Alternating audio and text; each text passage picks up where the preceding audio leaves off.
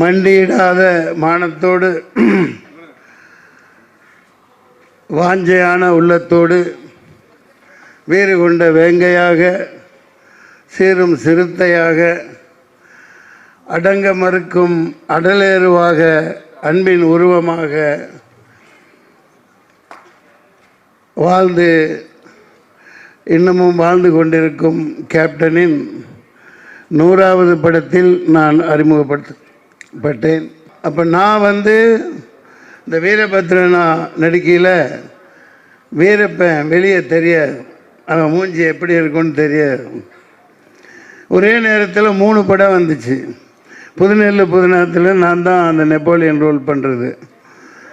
Sundararajan sir அங்கே இருக்காங்க, இதில் உட்லாண்ட்ஸில் கதை போய்கிட்டு இருக்கு. பாரதி ராஜா ஓகேன்ட்டாங்க, எல்லாம் வேலை கிடச்சிருச்சு. ஒன்று அடுத்து இது ஒன்று. அந்த வீரப்பன் அப்போ வெளியே வரலை.